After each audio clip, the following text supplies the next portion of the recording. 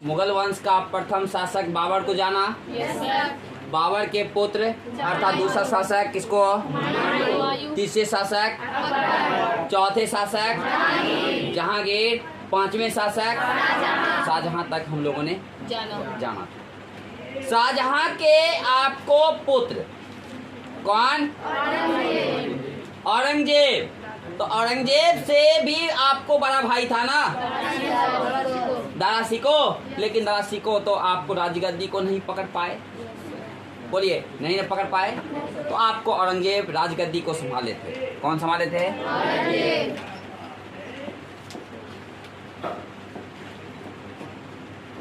अगर आप औरंगजेब के अलावे बात करें तो औरंगजेब के पिता कौन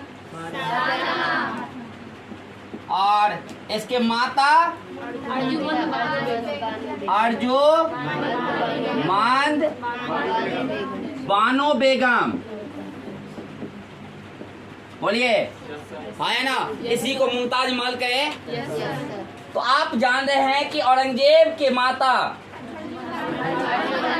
अर्जुमंद बानो बेगम और पिता शाहजहां। पिता इसके अलावा भी आपने जाना है कि इनका जन्म कब हुआ? 1618 ईस्वी में।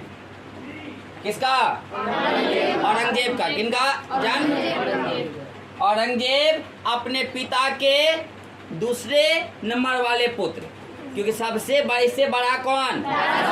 और अगर ऐसी देखी जाए तो आपको इसके माँ अर्जुमंद बानो बेगम ने 14 संतान को जन्म दी थी, जिसमें से 7 बचा था। 7 में 4 भाई और 3 बहन। आपने इससे पहले इनके बारे में पढ़ा था।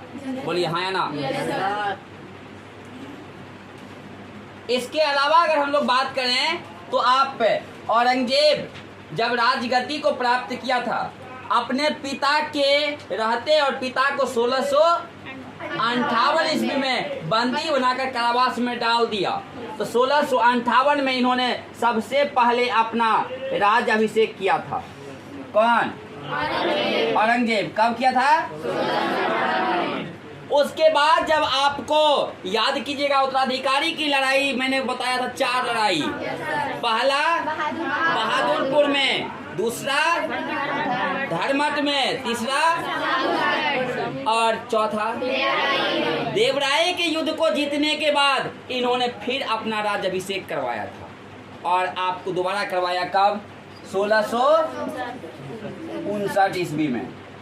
पूछता है कभी कभी मुगल वंश के शासकों में ऐसे कौन से शासक जिन्होंने अपना राज्याभिषेक 2 बार करवाया? इसके अलावा अकबर भी करवाया, लेकिन अकबर जो है ना राज्य को बदल के, जैसे पहले पंजाब में करवाया, पुनः फिर आगरा, दिल्ली में। बोलिए है ना? लेकिन इन्होंने दिल्ली में ही 2 बार करवाया। बोलिए कौन? औरंगजेब। पहला कब और दूसरा कब? और ये कौन से युद्ध को जीतने के बाद? देवराय के युद्ध के जीतने के बाद दोबारा राज्याभिषेक करवाया। इसलिए कभी कभी पूछता है कि औरंगजेब अपना दूसरा राज्याभिषेक कौन से युद्ध को जीतने के बाद किया? और देवराय के युद्ध वो किससे जीता?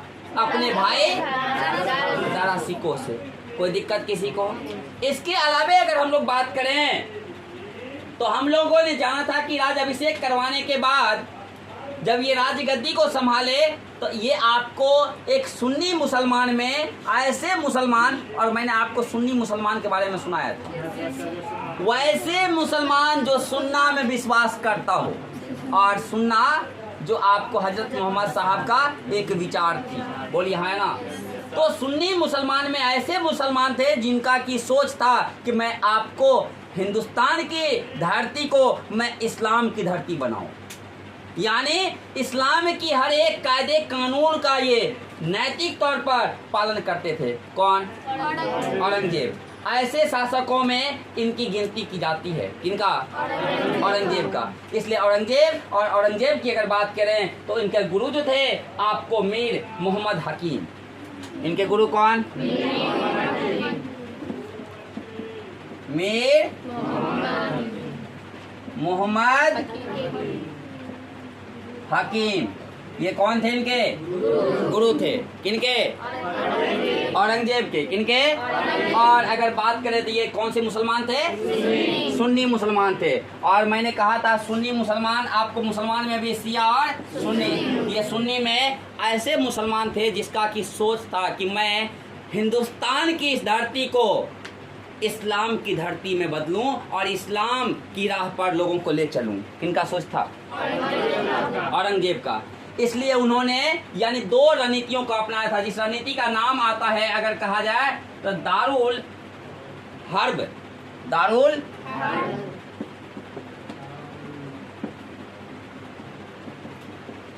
दारुल हर्ब को उन्होंने बदलने की कोशिश किया, दारुल हर्ब को बदलने की कोशिश किया दारुल इस्लाम में। कौन? दारुल हर्ब का मतलब है गैर मुस्लिम देश, गैर, और इसको यानी इस्लाम देश बदलना चाहा। कौन? क्योंकि हमारा हिंदुस्तान गैर मुस्लिम देश था, क्या मुसलमान देश था, इसलिए उन्होंने दारुल हर्ब को बदल के दारुल इस्लाम बनाना चाहा। यानी इसको अगर शाब्दिक अर्थ में लें तो गैर इस्लामिक देश को इस्लामिक देश बनाने की सोच सुन्नी आधार पर इन्होंने तैयार किया। कौन? इसलिए इस्लाम में जो भी आधार था, जो कुरान का मुख्य आधार था, उन्हीं को इन्होंने माना। कुरान में मैंने याद कीजिएगा बताया था कि कुरान कहता है चित्रकारी नहीं होनी चाहिए, इसलिए इन्होंने सबसे पहले अपने दरबार में चित्रकारी प्रक्रिया को बंद करा दिया। कौन? इस्लाम कहता है संगीत की जो आपको संगीतकार जो संगीत की आपको विभिन्न कलाएं दिखाता है, ये सारा चीज बंद हो जाए, इसलिए इन्होंने क्या करा दिया? बंद करा दिया। जो भी पद्धति इनके यानी पूर्वजों ने अपनाया था, उन सारे पद्धतियों का इन्होंने खिलाफ किया जो इस्लाम खिलाफ करता है, यानी जो कुरान आपको खिलाफ करता है। इन्होंने यहाँ तक कि वैश्या प्रवृत्ति तक को समाप्त कर दिया अपने राज दरबार में। होली पर्व को खत्म करवा दिया, दीपावली को खत्म करवा दिया। कि इन्होंने औरंगजेब ने इनका मानना था कि पूर्ण रूप से दारुल इस्लाम बने, यानी हिंदुस्तान क्या बने, इसलिए इन्होंने होली दीपावली अर्थात आपको वैश्यावृत्ति, अगर कोई औरतें वैश्यावृत्ति अपना रही थी तो उनको कहा गया या तो आप शादी कर लीजिए या आप खत्म हो जाइए या यहाँ से आप तुरंत गायब हो जाइए, और अगर कीजिएगा अब मृत्युदंड। यानी पूर्ण रूप से ये आपको हिंदुस्तान को दारुल इस्लाम बनाने की सोच रखे। यानी मुगल वंश में एकमात्र ऐसे शासक आपको आए मुगल वंश में औरंगजेब, जिन्होंने दारुल हर्ब को क्या बनाना चाहा, यानी गैर इस्लामिक देश को इस्लामिक देश बनाने की सोच रखे। कौन?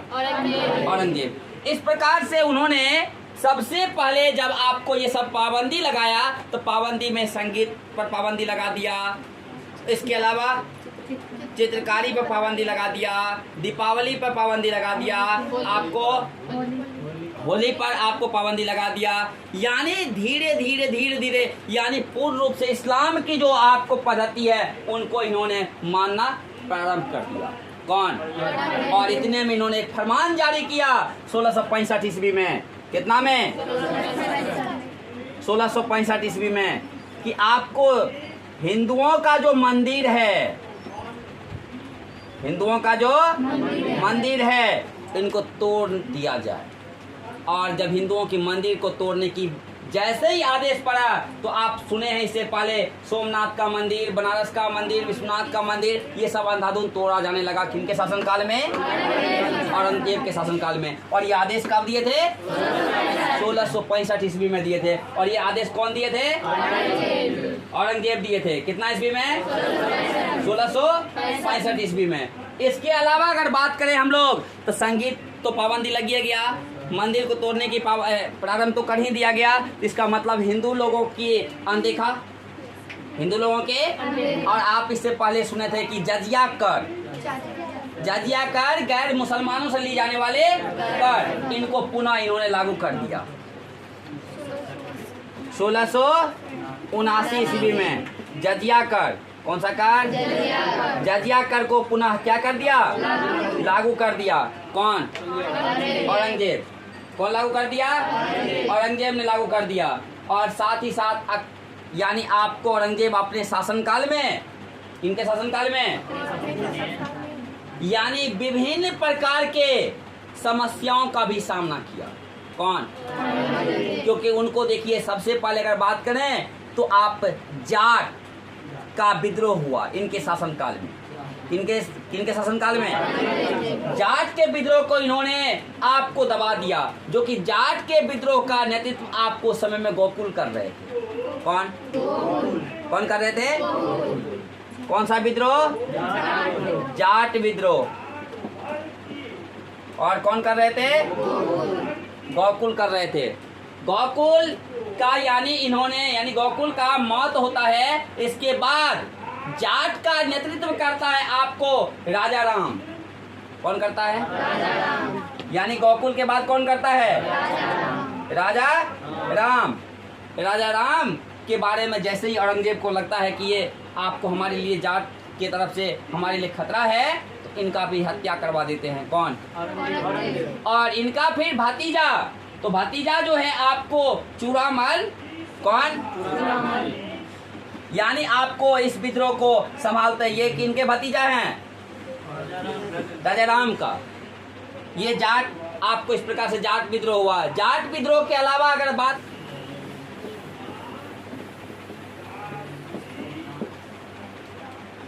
क्या हुआ? ये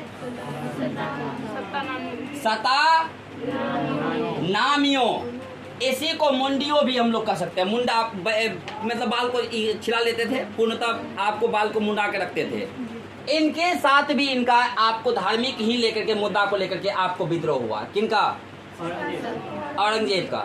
और इसमें भी आपको इन्होंने इस विद्रोह को भी दबाने में सफल हो जाते हैं। कौन? आप देखिए, छिटपुट आपको जहां तहां तो विद्रोह तो होगा ही, लेकिन बड़े पैमाने वाले विद्रोह को दबाने में औरंगजेब क्या होता है? सफल हो जाता है। आपको इसके बाद अगर बात करें तो इससे पहले ही इस विद्रोह को मतलब समाप्त कर देते हैं। यानी इसको अगर कहा जाए तो 1600 कितना में 62 में समाप्त कर देते हैं। कौन? इसके अलावा अगर बात करें तो सिख लोग भी विद्रोह किया। कौन लोग? सिख विद्रोह भी हुआ। कौन सा विद्रोह? आप जानते हैं कि सिख धर्म के 5वें गुरु का हत्या करवाया गया था। फिर आपको कौन से गुरु का? किसका? आप याद कीजिएगा कि आपको 5वें गुरु के बाद कौन गुरु का हत्या हुआ था? तेग बहादुर। कितने गुरु थे?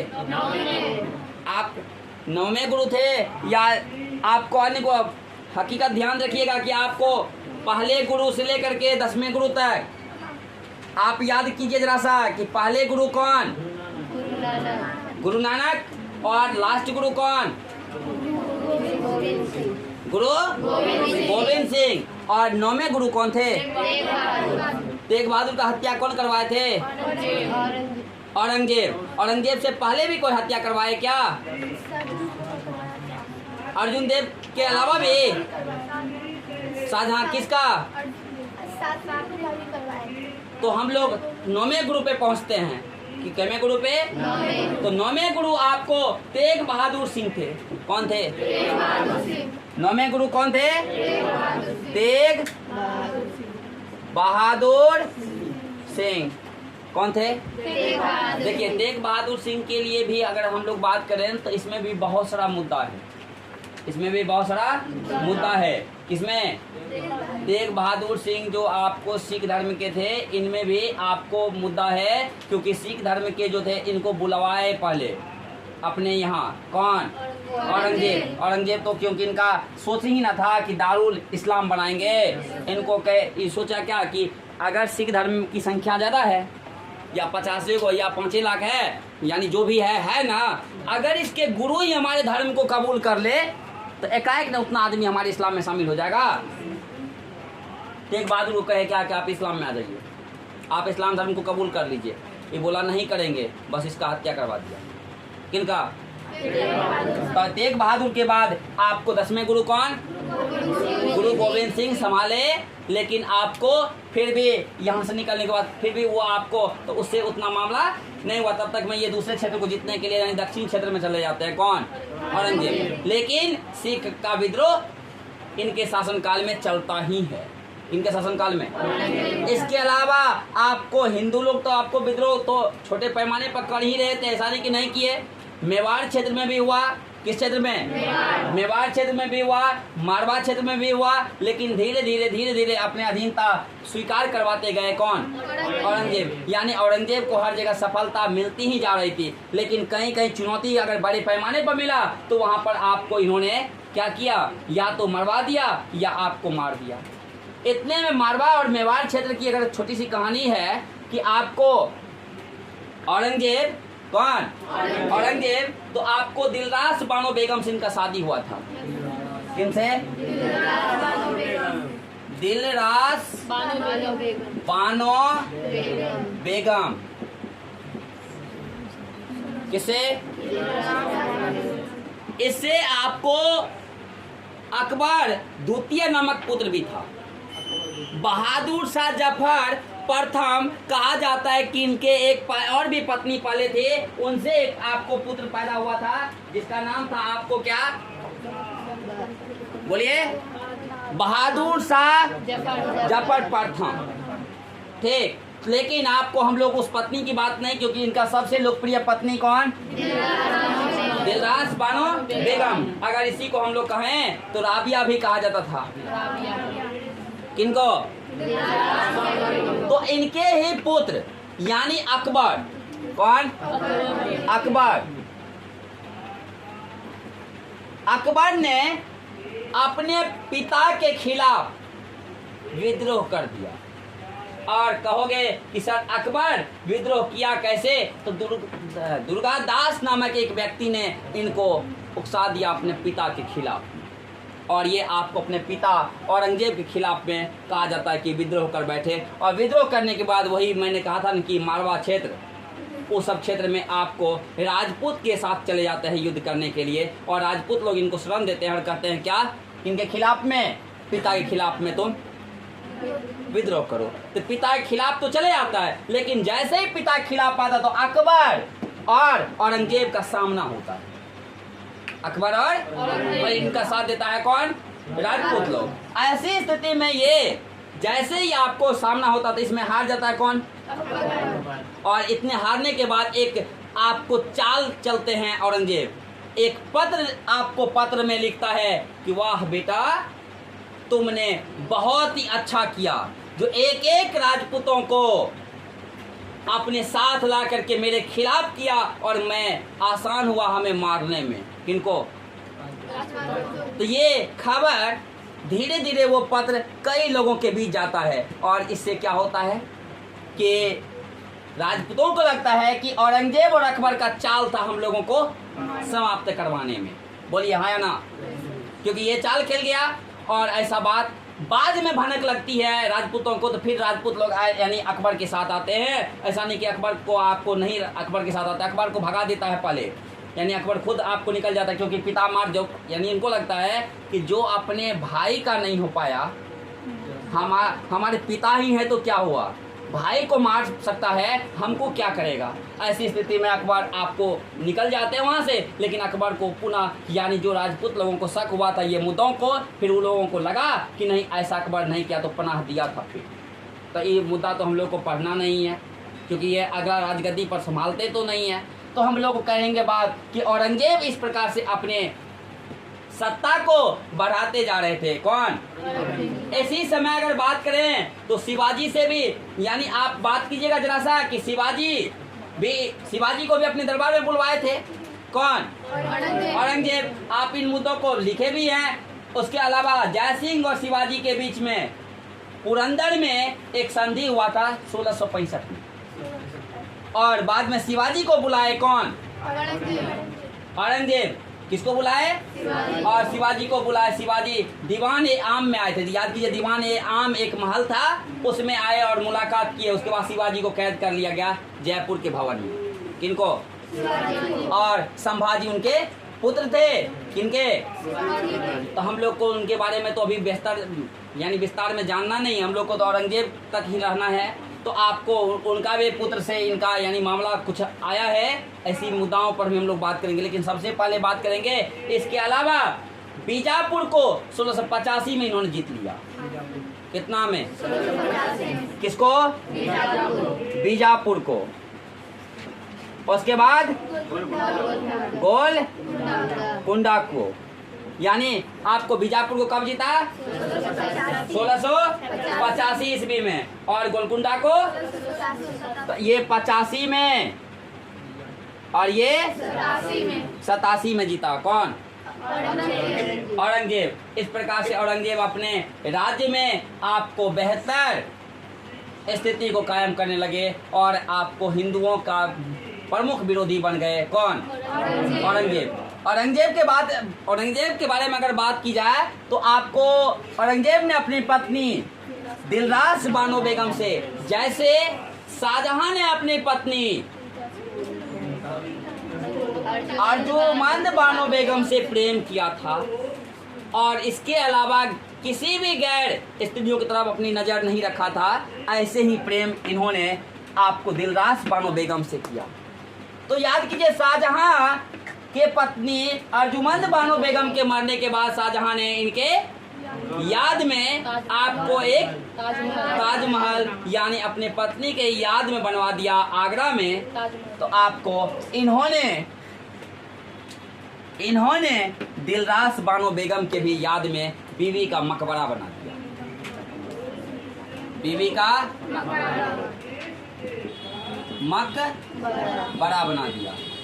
और ये महाराष्ट्र में बनाया। कहाँ बनाया?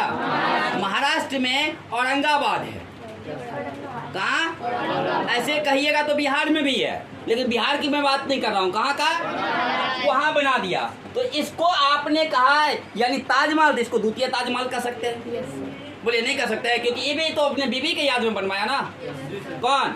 औरंगजेब। इसलिए इसके बीवी के प्रतीक चिन्ह यानी आपको शाहजहां की बीवी का प्रतीक चिन्ह हो गया कौन? ताजमहल आगरा का। तो आपको औरंगजेब के बीवी के प्रतीक चिन्ह हो गया बीवी का मकबरा। कहाँ? तो आपको इस प्रकार से अपने शासन काल को आगे बढ़ाए कौन? औरंगजेब। कौन बढ़ाए? और इन्होंने आपको बड़े पैमाने पर हिंदुओं का विरोध किया और सिख का विरोध किया, जाट का। लेकिन औरंगजेब की एक नई चाल रही कि वो सोचते थे कि जो हमारे विरोध करेंगे, अगर मैं उसको अपने साथ सेना में रखूंगा तो विरोध करने का मौका उसको कब मिलेगा। इसलिए उन्होंने अगर 100 सेना को रखता था ना अपने साथ, उसमें 3 भाग का 1 भाग हिंदू सेना को रखता था। और कहा जाए मुगल वंश में सबसे ज्यादा अगर सेनापति या सेना को हिंदू सेना को रखा कौन सा शासक, तो कहेंगे औरंगजेब। 3 भाग का 1 भाग इसके सैन्य क्षमताओं में कौन थे। तो इस तरह से औरंगजेब जो है आपको अपना सत्ता कायम रखे और इनके साथ आपको हिंदू जो सेनापति रहा वो आपको सभी मुगल वंशों में से अगर सबसे ज़्यादा सेनापति और सेना रहा तो औरंगजेब के शासनकाल में।